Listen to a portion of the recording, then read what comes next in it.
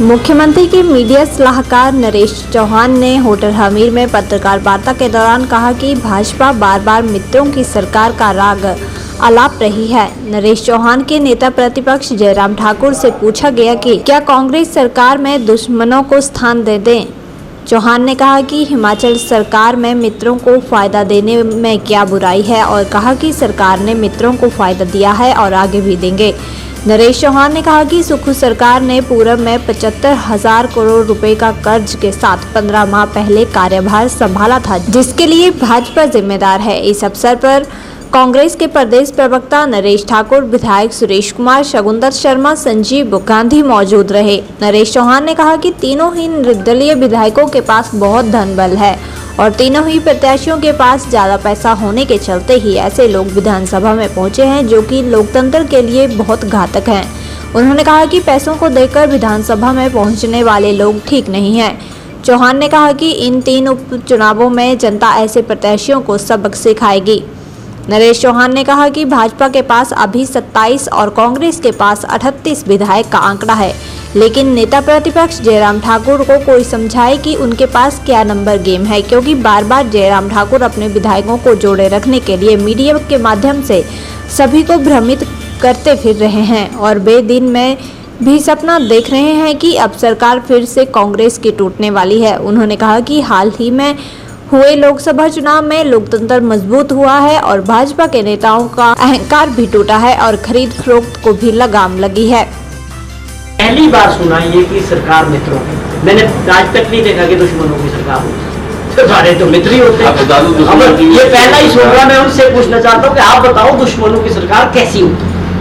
अब जो लोग आपके साथ 30 साल, 35 साल, 40 साल से पार्टी का काम करे, आपके साथ आपकी लीडरशिप, आपका वक्त है, आपने उनको अपने साथ आगे बढ़ाया, वो गलत काम है। मित्र होना बुरा है क्या? ये सारी चीजें बकवास है। आप समझिए कि हमारे लोगों को जिनको टिकट मिला वो विधानसभा में पहुंच गए। हम पार्टी क्या कहते हैं कि जो लोग बचे हैं उनको एडजस्ट किया जाएगा, जिन्होंने काम किया है पार्टी में वो लोग कौन से मित्र? मित्र और सहेलियां जो है ना, ये हिमाचल का कल्चर नहीं है। हम उस तरफ नहीं जाना चाहते। जयराम तो बहुत दूर तक जाते, हम उस मर्यादा में बात नहीं करते। आज जो 38 विधायक कांग्रेस पार्टी के पास, पिछले दिनों 4 विधायकों का लोगों ने समर्थन दिया तो ये 38 हो गए और भाजपा के पास 27 लोग अभी हैं। तो ये हमारे विपक्ष के नेता माननीय ठाकुर जयराम जी बार बार इस बात का जिक्र करते हैं। जब भी वो मीडिया से बातचीत करते हैं तो एक बात अमूमन कहते हैं कि ये 4 तारीख को ये सरकार देश की सरकार के साथ हिमाचल की सरकार नहीं बनी, फिर 4 तारीख चली। अभी भी कुछ इस तरह की बातें कर रहे हैं कि सरकार स्थिर नहीं।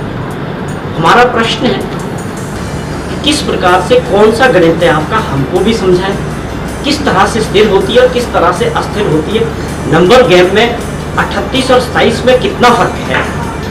क्या ये उनको समझ नहीं आ रहा या वो क्या समझाना चाहते हैं? कोई गणित का तरीका बदल गया है, वो जयराम जी को बताना चाहिए, या केवल इसलिए वो ये प्रयास करते हैं कि उनके पीछे जो लोग हैं, उनकी पार्टी के विधायक हैं, उनको इंटैक्ट रखने के लिए एक र्यूमर फैलाने की कोशिश करते हैं कि लोग इस संभावना में मेरे पीछे जुड़े रहे। शायद हो सकता है कि पार्टी के अंदर जिस प्रकार से बिंदल साहब के अध्यक्ष बनने के बाद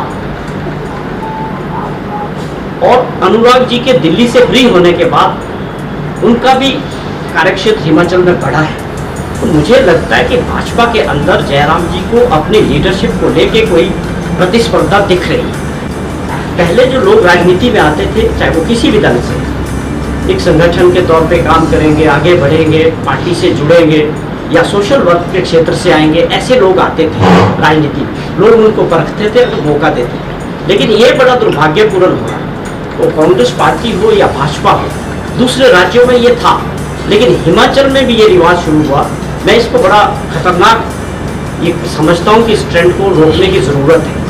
अब आप देखेंगे कि कुछ ऐसे लोग विधानसभा के अंदर पहुंचे जिनके पास धन है और बल है, उस धन को वो यूज करके लोगों के बीच और इंडिपेंडेंट लोग कैसे जीते? आप देखेंगे इन तीनों, इस तीनों लोग अरबोपति हैं, इनके पास पैसा बड़ा खुला है, इनके ठेके चलते हैं, ये सड़कें बनाते हैं, बिल्डिंग्स बनाते हैं, इनके क्रशर्स हैं, माइनिंग है। कहने का मतलब है इनके पास पैसा आया, 10 सालों में इनके पास करोड़ों रुपए आया। फिर इनका दिल किया कि पैसे के दम पे हमको राजनीति में जाना चाहिए, और ऐसे बहुत लोग सफल हुए विधानसभा के अंदर पहुंचने में। ये हमारे आपके लिए, लोकतंत्र के लिए बहुत घातक है, पैसे के दम पे आना, और उनकी प्राथमिकता फिर वहीं रहती है कि हमने तो पैसा दिया है, पैसे दे के हम विधानसभा में पहुंचे। ये कुछ चीजें रुक गई है। मैं समझता हूँ कुछ चीजें जो 3 बाई इलेक्शन हो रहा है, हिमाचल प्रदेश के लोग ऐसे लोगों को जरूर रोकेंगे।